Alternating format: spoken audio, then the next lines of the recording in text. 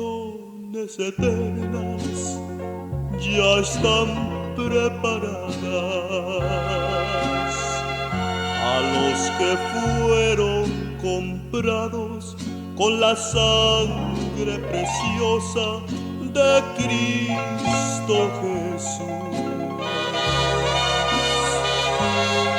Esa sangre preciosa fue vertida en la cruz para darnos la vida en la eterna mansión.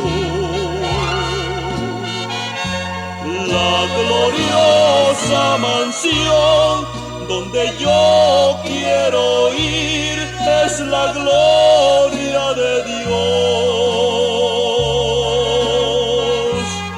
donde cantan los santos una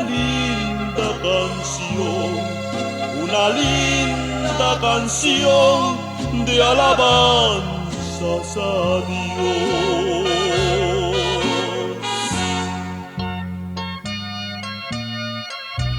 Voy pues a preparar lugar para vosotros, y si me fuere, vendré otra vez, y os tomaré a mí mismo, para que donde yo estoy, vosotros también estéis.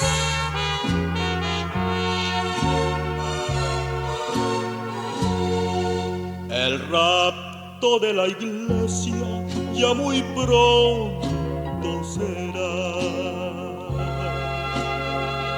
y en esa iglesia gloriosa yo quiero ir a entonar a mi Cristo una linda canción de alabanzas a Dios.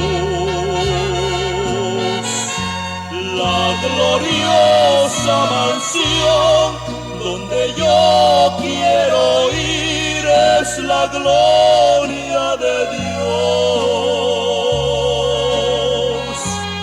donde cantan los santos una linda canción de alabanzas a Dios.